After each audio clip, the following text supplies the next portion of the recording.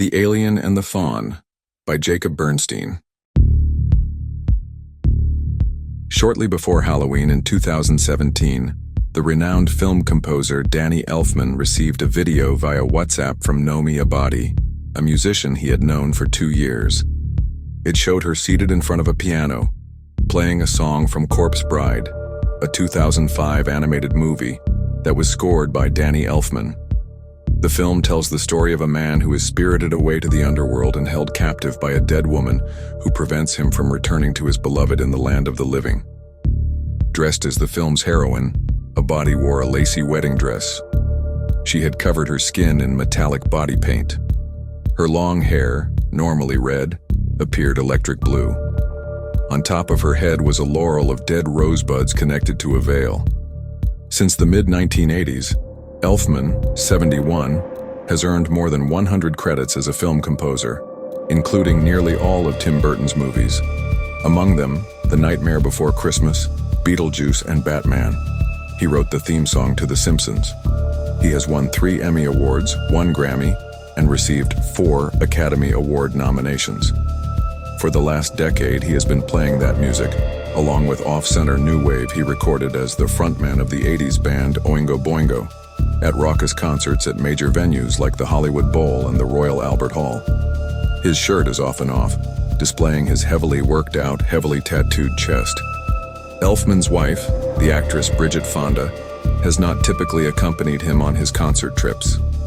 Before and after the shows, he hangs out with longtime friends, many of them attractive, artistic women who are available to meet up with him in cities around the world.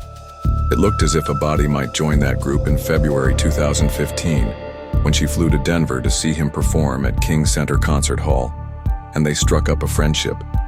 3 years later, in early 2018, a messenger arrived at Elfman's studio in East Hollywood with a letter from Allred, Morocco & Goldberg, a Los Angeles law firm known for representing plaintiffs in sexual harassment and abuse cases. It accused him of using the guise of mentorship and friendship to take advantage of Abadi. The letter claimed that he had exposed himself to her, masturbated in front of her, encouraged her to pose nude for photographs, and on one occasion, held under her nose a cup filled with a substance that she believed to be semen. It ended by advising Elfman to contact the firm if he was desirous of discussing an amicable resolution. In a series of interviews, Mr. Elfman did not deny that he had what he called an infidelity with Miss Abadi. They did not have sex, he said, but he did take naked pictures of her. He also said that he did not masturbate in front of her, did not put semen in a cocktail glass, and had never mentored her. "How could I have been her mentor when I never heard any of her music?" he says. Abadi did not respond to multiple requests for comment on a detailed list of questions sent by Airmail. In July 2018, they reached a settlement. Elfman paid Abadi $500,000 over 5 years, split into 10 installments of $50,000 each. He also paid $150,000 for her legal fees and agreed to pay 4 installments of $42,500 each into a charitable fund Abadi could use at her discretion. In addition, the settlement included a no admission of liability clause in which Elfman denied any wrongdoing. The parties also agreed to relinquish all claims against each other and hold the details of their arrangement in the strictest confidence. In 2020, she launched the Female Composer Safety League, a 501c3 organization devoted to calling out sexual abuse in the music business. Then, in July 2023, the confidential settlement and the details of Elfman's alleged harassment reached the public in a Rolling Stone article that was tied to a new development, a breach of contract lawsuit Abadi filed, alleging that $85,000 of the money owed for her charity endeavors had not been paid to her. By the fall of 2023, Elfman had lost an offer to score a Minecraft movie, according to associates. Commissions for concertos with the Royal Albert Hall and the Los Angeles Chamber Orchestra were canceled. Yet he has hung on professionally. Last year, he completed the score for Burton's latest movie, Beetlejuice, though he was not allowed on set and was not invited to its August premiere at the Venice Film Festival. On November 2nd, he conducted a concert at the Hollywood Bowl. In July 2024, Abadi filed a defamation suit against Elfman related to comments he made to Rolling Stone, alleging that her claims of sexual misconduct were little more than an act of retaliation from someone whose goal was to break up his marriage and replace his wife. The 7-year saga stands out as one of the more baroque stories of the Me Too era. But a new investigation by Airmail, consisting of interviews with more than a dozen people with knowledge of the situation, and an examination of numerous emails, text messages, financial records, and legal documents, tells a very different story from what has been previously reported. The person who introduced Abadi to Elfman is Christopher O'Reilly, a pianist and composer who hosted From the Top, a national public radio program about classical music, from 1999 to 2018. O'Reilly had been something of a mentor to Abadi since she contacted him on Facebook in 2005, looking for career advice. In February 2015, O'Reilly was scheduled to conduct an interview with Elfman for his show. Abadi said, "He's always been an idol of mine. I have to come," O'Reilly says. So she flew herself out and stayed in my room. In the days after the interview, Elfman and Abadi exchanged chatty emails about juice cleanses, vitamins, and numerology. One evening that month, Elfman invited Abadi to join him for a late-night sauna session in Los Angeles, according to a text from Abadi to Rose Rubin, a close friend of Abadi's at the time. Elfman says the invitation was to a Korean spa, where saunas are gender segregated. Abadi told Rubin she had to decline the invitation because she had work in the morning. "It was too late," she said, "but believe me, I wanted to go." In another text around that time, she confided to Rubin that she had talked a little bit to her therapist about Elfman. She immediately said, "Don't have an affair with him," Abadi said. "Haha. No one is allowed to be censored around me," Abadi messaged Elfman over WhatsApp that October. The topic of conversation was a 30-year-long photography project that involves Elfman being photographed by a mix of amateur and professional photographers to catalog what he calls his inevitable decay. Elfman was telling Abadi about the way he morphed through the eyes of many artists that I've trusted, putting myself totally in their hands, exerting no control. Very fascinating stuff, revealing on many levels. "That is special," Abadi replied. "I've never felt like I've known myself more than when I see my body through someone else's lens." The photographer, Francesca Woodman, would have loved you, she added. "She is my constant inspiration," Elfman wrote back, before expressing an interest in sending Abadi a picture from the project. "Can I create separate password files like I do off the net?" he wrote, before settling on a selfie, naked in front of a mirror, with a chandelier hanging over his head and his crotch just outside the frame of the mirror. "But you want some better pictures, come and take them yourself," he wrote. "All my good stuff, 99% are shot through other eyes." "Oh, I believe that. That may be breaking a code for me. I'll think on it," she replied, before adding a few minutes later, "You look good. What's that shit about not being as hardcore as you used to be?" He quickly texted back, "Well, the last thing in the world I want to do is make you uncomfortable, and I certainly don't want you to break your codes." "I don't think you could make me uncomfortable," she replied. "Still time to get to Paris," Elfman wrote to her the day after they discussed the photo project. "If you flew me out, I would be there," Abadi said. "You know that." "I do fly friends out on occasion," he said. "The problem is, if there would be time to find a decent ticket. Well, if you feel like being crazy, I would gladly go and would have to find a way to make it somehow for work, or at least would have to say it was," Abadi replied. "Well, that would be your creative endeavor," he wrote back. "I've done far crazier things, but how to call it work would be a bit of a trick unless it was essential for some research of yours. All I can do on my end is shake cash out of cash machines and finance excursions of whimsy. And that's if there's still a sane ticket out there. Depends on luck." "Feeling lucky," Abadi wrote back. "Let's look for tickets." Soon enough, she had found a stop flight priced at $1,029 with a quick stop on the way in Moscow. Rolling Stone would later describe a police report she allegedly filed, in which she described how he had masturbated in front of her in Paris after they'd flown out to France with several others to work on a project. Before she left for Paris, Abadi wrote Ruben, "He got me a separate room and everything," she said. "Even PJ is on board," referring to her boyfriend at the time, PJ Merola, a percussionist. Several of Elfman's friends, most of them women, also went to Paris to attend his concert. Abadi told Ruben the other guests were surprised to learn she had known Elfman only 8 months. In another text, Abadi mentioned a woman whom she thought Elfman was banging until she learned she was a 10-year-long friend of his. She also said she was not going to be happy about an upcoming dinner he had scheduled with a Brazilian actress. Elfman says he and Abadi took a sauna together in the spa of Le Maurice, the hotel where he was staying. From there, she went with Elfman to his hotel room, where, he says, he took nude photos of her. In his recollection, Abadi initiated the session. Abadi's recollection is different. "She never put her hand on me.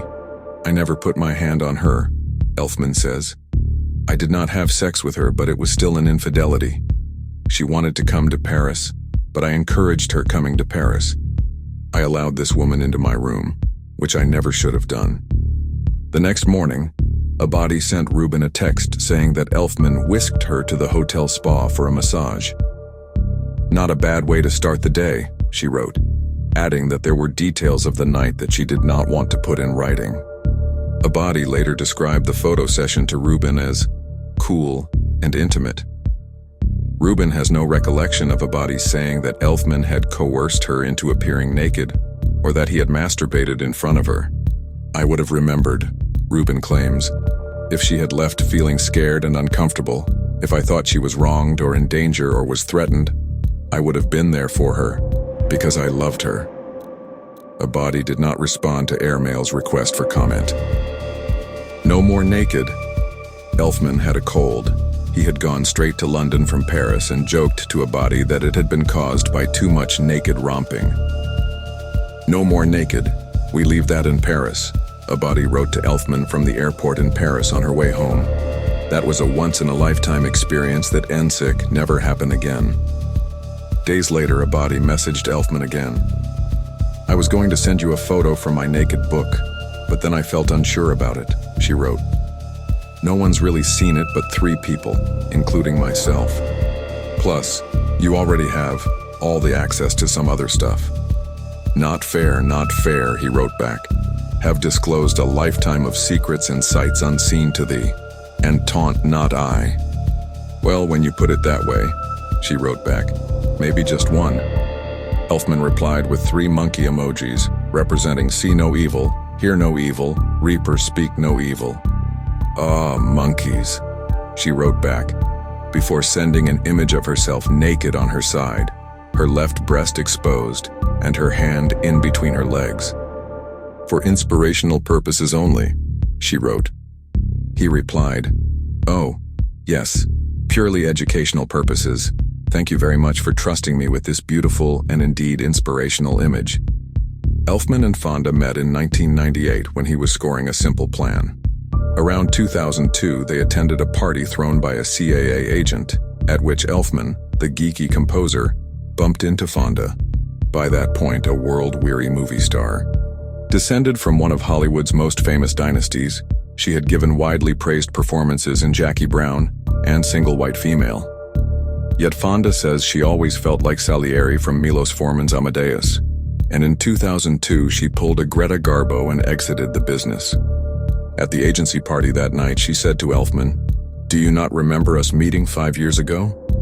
It soon became clear that he was being shy. She found it cute, and they had dinner the next night. A year later, they were married.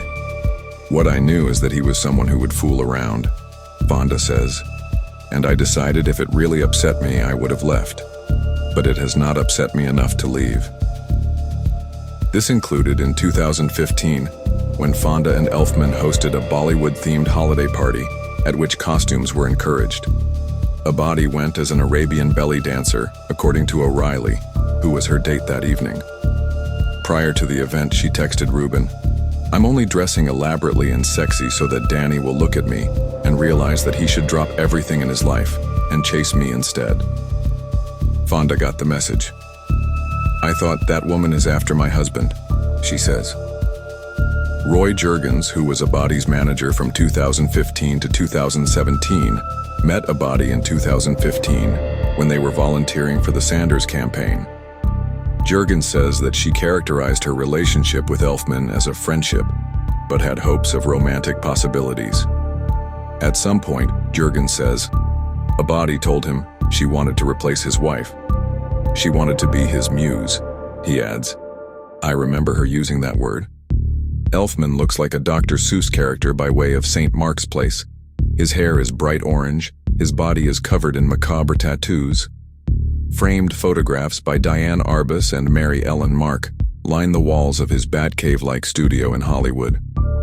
One shelf is lined entirely with vintage copies of Movie Monsters magazine. Another contains Elfman's collection of shrunken heads. I've always been strange, he says.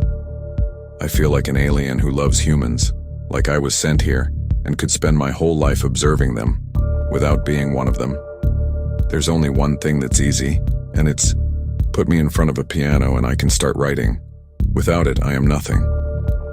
Elfman was raised by a pair of schoolteachers in Baldwin Hills, a neighborhood in southwestern Los Angeles nicknamed the Black Beverly Hills, because it was home to Ray Charles and Ike and Tina Turner, among others. He received much of his education in the darkness of the Baldwin Hills Theater, watching science fiction and horror movies such as Children of the Damned and The Haunting. Back then, Danny was a bespectacled science geek, according to Elfman's older brother Richard. Then, at around 15, we got him a guitar, and a month later he could pick out every note of a Django Reinhardt solo. He got a violin, and a month later he could do the Stefan Grappelli accompaniment. It was unreal. Elfman's high school girlfriend, Kim Gordon, who went on to become the frontwoman of Sonic Youth, introduced him to the music of Billie Holiday and Duke Ellington. Another classmate, Michael Byron, who was then a trumpeter and is now an avant-garde composer, pulled him toward Bartók and Stravinsky. After graduation in 1970, Elfman went to Paris. There, he joined a bohemian theater troupe, Le Grand Magic Circus, to which his brother also belonged. Performers in lion costumes humped performers dressed as zebras. The roles of ballerinas went to bearded men. Blood spattered the stage, and gags about other bodily fluids abounded. Electrified violin in hand, Elfman spent the summer touring France with the group. In the fall, he spent almost a year traveling across Africa, playing with local musicians. He then came back to Los Angeles, where Richard had started the Mystic Knights of the Oingo Boingo, a guerrilla theater group whose members literally wore gorilla costumes. As its musical director, Danny marched around Westwood spitting fire and passing out leaflets. Richard's time with the group culminated in the 1980 film Forbidden Zone, a musical fantasia that he co-wrote and directed, and which Elfman scored, his first job as a composer. When Richard left, Danny took over and transformed it into a rock band, Oingo Boingo. The music was a hybrid of ska, punk, and new wave. They played at Whiskey A Go-Go, the Roxy, and Madame Wong's, where they were in rotation with the Go-Go's, Los Lobos, and X. Matt Groening, who was writing music reviews for the Los Angeles Reader, an alt weekly, trashed an early Oingo Boingo performance. More than half a decade later, he hired Elfman to write the theme song for The Simpsons. At the end of our first meeting about The Simpsons, Elfman recalls, Matt said, I don't know if you remember this, but... And I stopped him and said, oh, I remember. Abadi grew up in Rancho Santa Margarita, in Orange County, California. Her father, Marden, was a concert pianist who gave nationally televised performances for the United States bicentennial celebration, and later founded the La Jolla Piano Institute. In 1993, Abadi performed with the Orange County Chamber Orchestra for the first time. She was 5. Newspapers in Southern California took an interest in her. In a 1995 article, the Los Angeles Times described 8-year-old Abadi as terribly, frighteningly good on piano. She and her brother, Arthur, attended the Orange County School of the Arts, OCSA. Instead of going to college, Abadi began performing as a singer-songwriter. By 2007, she was giving piano lessons to the children of director Sam Raimi and his wife, Gillian Green, among other wealthy Los Angeles families. Raimi is best known for having directed the 2002 movie Spider-Man, but he also directed A Simple Plan, the thriller on which Elfman met Fonda. Ruben, who became one of Abadi's best friends, is Raimi's niece. The relationship between Abadi and Raimi's wife, Green, deteriorated almost a decade later. The proximate cause was a disagreement over lesson fees, but Green later learned that Abadi had engaged in a sexual relationship with one of her sons, who was 20 at the time. 4 people interviewed for this article said they had direct knowledge of the relationship. One shared an email Abadi, then 27, wrote to the son, then 20, in 2014, expressing frustration with him being unwilling to come out to his family about their romance. "I thought you wanted to be with me," she wrote. "It hurt me when you said that your father thinks I've brought drama into the family. That's ridiculous and so far from the truth. I've stood up for my business when I've had to. I've brought music into your family." About 9 months after she attended the Elfman-Fonda holiday party, Abadi emailed Elfman to ask if she could stop by for a quick hang. He told her to come, then sent a photo of a martini glass containing a creamy substance. "A mystery pick to pique your imagination," he wrote. It was August 2016 and the presidential campaign was dominating the news. Elfman was a Hillary Clinton supporter. Abadi had volunteered for Bernie Sanders, who had lost the contest for the Democratic nomination by that point. Elfman says that when Abadi walked in, he showed her the martini glass, which, according to him, was filled with a mixture of bathroom products, such as Cetaphil lotion. It was supposed to be a Trump snot cocktail that was of a piece with the kind of humor he propagated as part of the Mystic Knights, he says. But he says he didn't get much of a reaction from Abadi. "To prepare a glass full of semen, I would have had 10 of my friends over," Elfman says. What he remembers from that evening is that she wanted to talk about her belief that California's Democratic primary contest had been rigged against Sanders. A heated argument took place, in which Elfman says he took aim at what he said was a generational tendency toward moral absolutism and conspiracy theorizing. "I told her to leave," he says. The next morning, Elfman was met at his studio by Gail Hazeltine, his trainer and physical therapist since 2005. He said there'd been an argument the night before, and I remember it was about the election, Hazeltine says. Elfman told her that he ridiculed a female friend's belief about a rigged primary. That same day, Abadi posted a message on social media. "Raise your hand if you think all political discussions should include listening and exclude insult, while remaining respectful 100% of the time." A few days later, Ruben went to lunch with Abadi at a restaurant in Venice. Nomi was upset that they had had a fight and was wondering if she could do something to smooth it over, Ruben says, adding that the argument had been about politics.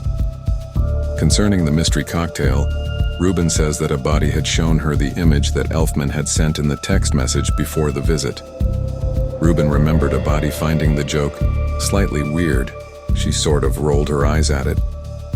Jurgens remembers Abadi saying that Elfman had shown her a cocktail made of what she believed to be semen, but he adds that he had no way of knowing for certain what was in the glass and never got the impression she was disturbed by it. "It was like, you gross, can you believe me?" he says, describing her alleged reaction. Asked if Abadi described Elfman placing it in front of her face and causing her to gag at the smell, as she would later allege in her defamation suit, Ruben says, "That's an easy no." Melissa McGregor, an assistant for Elfman since 2009, later signed an affidavit saying, "I helped him light and shoot the photo," and that it was a joke. In October 2016, Elfman invited Abadi to his Nightmare Before Christmas concert at the Hollywood Bowl. "I know we're not really speaking at the moment," he wrote in an email, "but as I'm coming up soon on my final Halloween performances of Nightmare in LA and don't expect to do it again, I wanted to offer you a ticket should you want to attend." Abadi replied, "Hey, good to hear from you.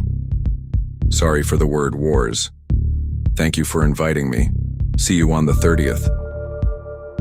She went to the show but was allegedly upset with the quality of her seats. According to friends, she left early, but she and Elfman continued to text and email occasionally. Abadi did not respond to questions about the concert.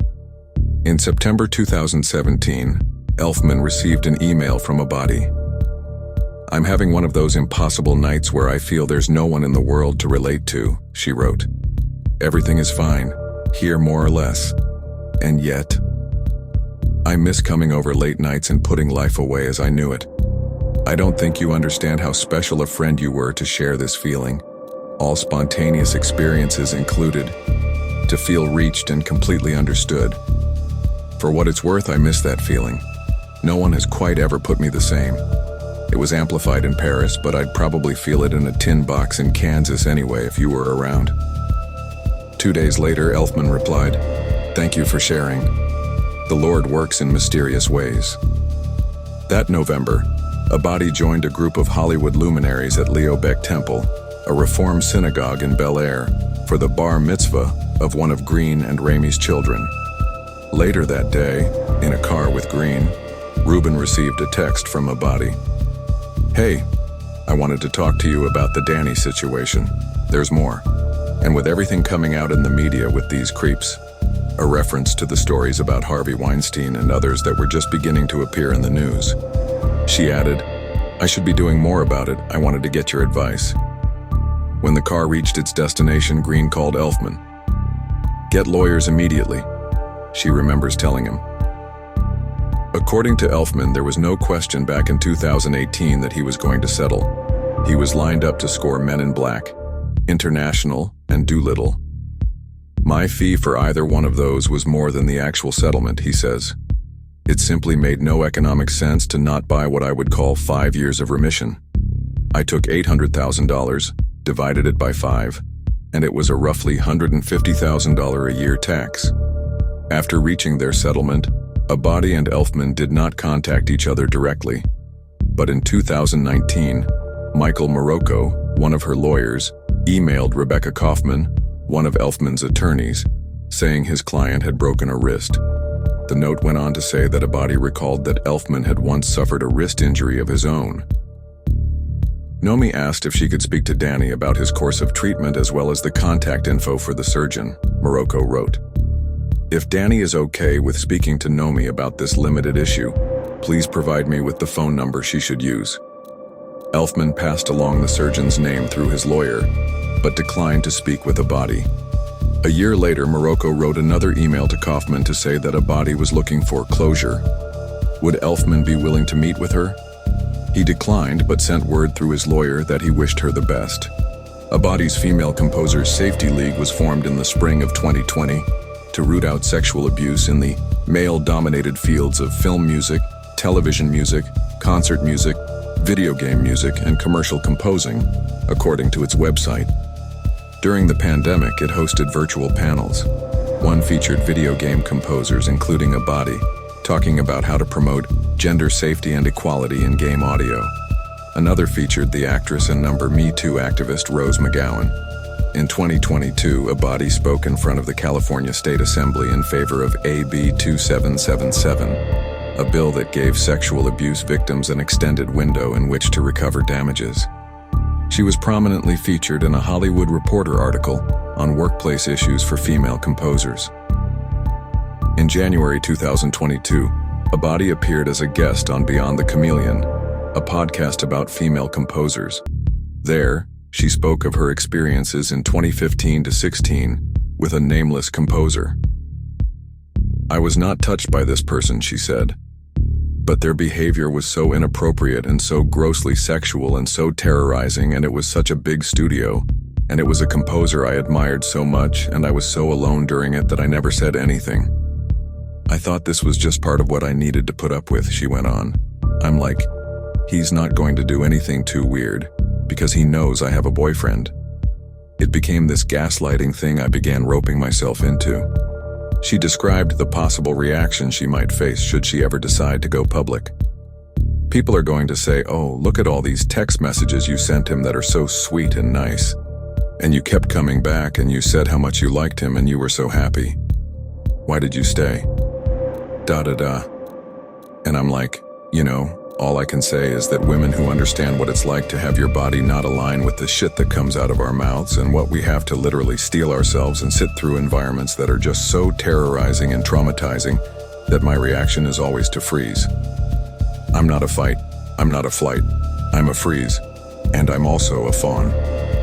We're working on an article on Danny Elfman that includes details regarding sexual misconduct claims raised by his former associate Nomi Abadi.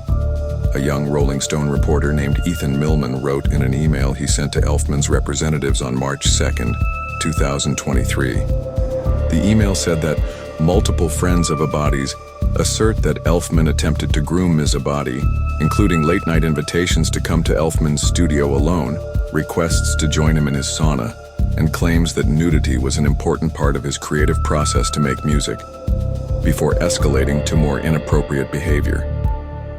It also said that Rolling Stone was in possession of a police report filed shortly after she attended the bar mitzvah in 2017, and 15 months after Abadi and Elfman had last seen each other, which contained further allegations such as that he had masturbated multiple times in her presence and had repeatedly had her over to the studio, where he would answer the door in his bathrobe. Elfman's representatives have never been able to obtain the police report. A request for the report filed by this reporter with the Los Angeles Police Department was denied. When asked for comment by Rolling Stone, a representative for the LAPD said the department was unable to locate the report and has no information to provide and no statement. Elfman declined to be interviewed for the Rolling Stone article, but provided a written statement, which read in part, "Abadi's allegations are simply not true. I allowed someone to get close to me without knowing that I was her childhood crush, and that her intention was to break up my marriage and replace my wife. When this person realized that I wanted distance from her, she made it clear that I would pay for having rejected her." Kaufman sent the Rolling Stone reporter Millman a dossier containing emails between Abadi and Elfman, a number of Rubin's text exchanges with Abadi, and sworn affidavits from Rubin and O'Reilly, who stated their view that Abadi's claims were not credible.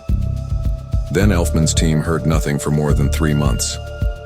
"We figured it was dead," Kaufman says.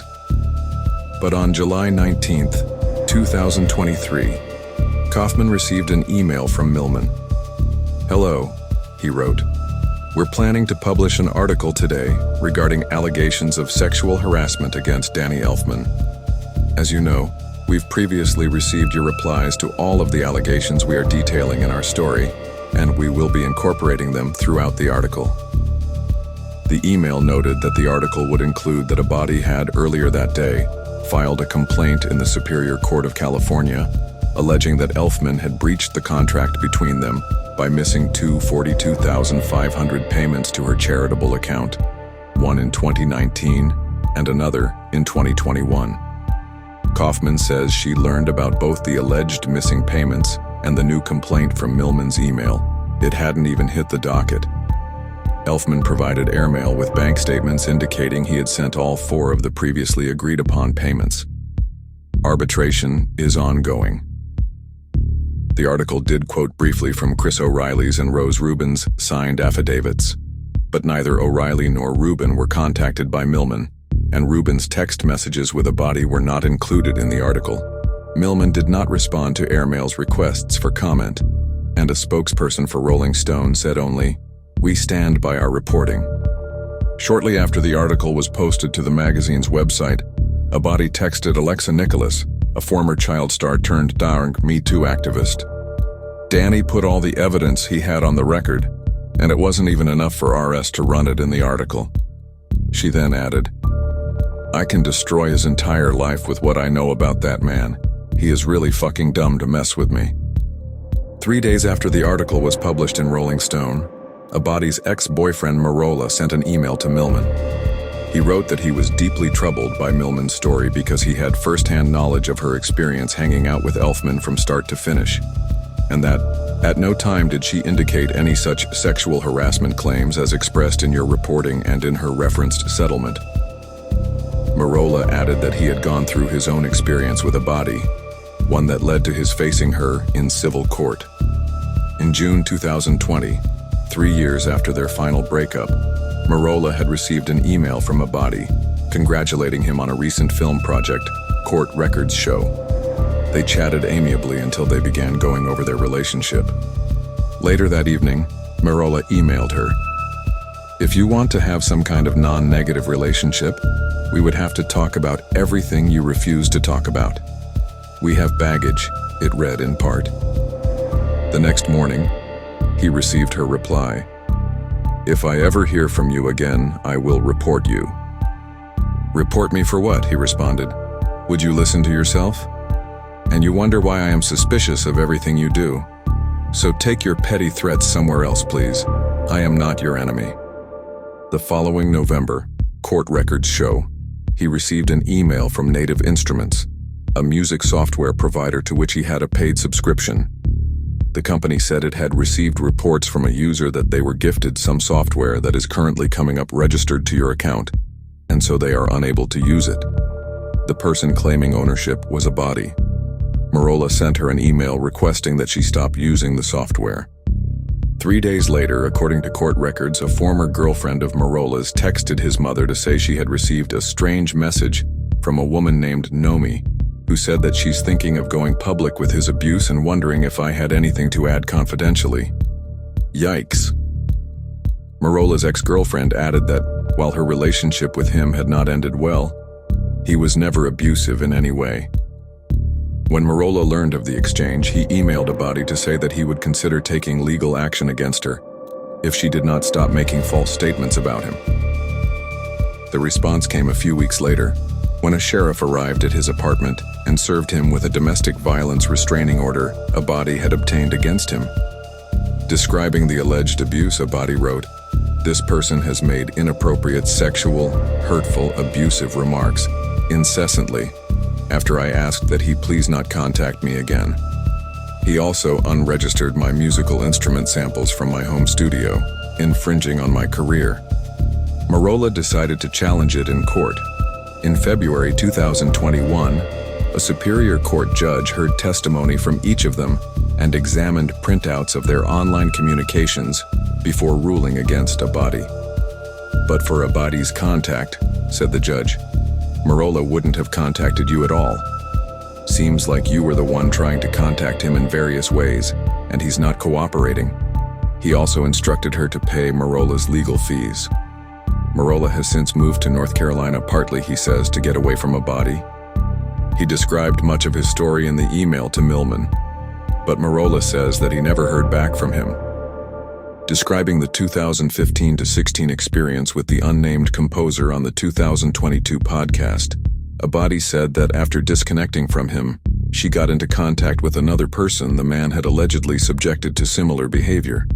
And it happened, she said, back in the 90s. In October 2023, a person matching that description filed an anonymous Jane Doe complaint against Elfman.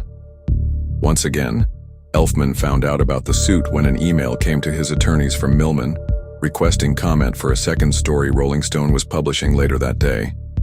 The attorney handling the case was Jeff Anderson, who had previously represented Abadi in her breach of contract suit. The complaint alleged that between 1997 and 2002, Elfman repeatedly sexually abused a woman he met in New York at the home of a mutual friend, back when she was a 21-year-old student at the New York Film Academy. After meeting Jane Doe, it read, Elfman began grooming the plaintiff with the intent to manipulate her emotions and take advantage of her.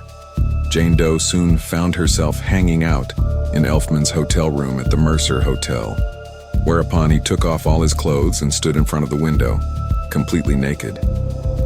According to the complaint, he coerced her to take her clothing off and stand naked with him in front of the open windows in full view of the public.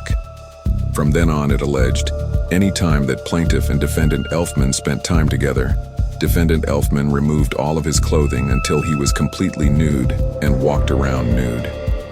A year later, the complaint alleged, the woman decided to move to Los Angeles. So she went to stay with Elfman at his house in Topanga Canyon while she looked for a home. It said that she stayed with him several weeks, during which time they sometimes slept in the same bed, with him naked and her clothed. After she got her own place to live, she returned to and slept at Elfman's home dozens of times. According to the complaint, the plaintiff slept in Elfman's bed more than 40 times, and in 2002, he told her that after she fell asleep, he would always masturbate while looking at her. Because the defendant never touched the plaintiff, there was no physical harm that could be documented. However, sexual misconduct cases have often been bolstered by corroborating sources, people the victim confided in at the time, to testify on their behalf. Yet more than a year later, it appears that no one has come forward to submit an affidavit, a declaration, or any form of corroboration. Elfman says that he had allowed the accuser to stay with him for a week sometime around 1998. They had gone to a few premieres together, including one for Good Will Hunting. He had a crush on her, he admits. Then she came to stay with him in LA when she was looking for a place to live. It was clear, he says, that she wasn't into him. So we stayed friendly after that. But she never stayed with me again. Camille Vasquez, a litigator who worked on behalf of Johnny Depp in his suit against Amber Heard, was hired to represent Elfman. In June 2024, she submitted a motion for summary judgment on behalf of Elfman, who denied in a declaration ever having masturbated in front of the plaintiff. In August, Judge Lisa Seppi-Wiesenfeld, the judge deciding the case, told the plaintiff's attorneys in court, "So these are all allegations, that's all they are." Days later, she granted the motion for summary judgment, tossing the case. Elfman is currently fighting Abadi's defamation suit, which is notably different in its allegations from her lawyer's initial letter, where the 2018 letter from Abadi's lawyer claimed that Elfman had encouraged Abadi to pose nude for photos in the Paris hotel room in 2016. Her new attorney, Eric George, alleged that she had been coerced into the shoot. The suit also alleges that during the shoot, Elfman grabbed his penis with one hand and grabbed Nomi by the wrist with his other hand, jamming her hand onto her genitals. She never claimed I touched her, and then after 7 years she's accused me of outright sexual assault, Elfman says. It's like a robbery happens at your house, a bunch of paintings are stolen. You file the insurance claim and then 7 years later say, "Oh, I forgot. There was a Van Gogh." Abadi did acknowledge in the new suit that there had been a fight about politics in August 2016, though she characterized it differently than he did. According to the suit, when Elfman first placed the glass of semen ejaculate in front of Abadi, she sat in silence, terrified, gagging from the putrid smell. The complaint continues. A visibly upset Elfman hastily placed the glass of semen ejaculate back in his refrigerator. Nomi recalls the air in the room being tense and unsafe. Elfman opened his laptop and made a comment about Donald Trump to break the silence. When Nomi responded by expressing her support for Bernie Sanders, Elfman told Nomi that, "We can't have a Jew running our country." This last claim strikes Elfman as being particularly outlandish. "I'm Jewish," he says. "I'd love to see a Jew become president, but for any minority, it's an uphill battle. And my point was, Obama won because he could appeal to the middle, and I didn't think Bernie Sanders could do that. That's just my opinion. I'd love to be wrong." The claims in the defamation suit also differ from what Nicholas says Abadi told her at the time. "I remember the day she sat in my house and told my husband and I that Elfman had masturbated behind her into a cup and asked her to drink it. It was disgusting. I took her at her word." Now the cup was described as a martini glass and had been in the refrigerator rather than the produced on the spot. Nomi's defamation complaint speaks for itself, says Eric George, the lawyer who is now representing her. "We will not dignify false and retaliatory accusations made against her. We look forward to resolving these matters in court." While the defamation suit slowly moves forward, Elfman has been writing songs and feeling inspired.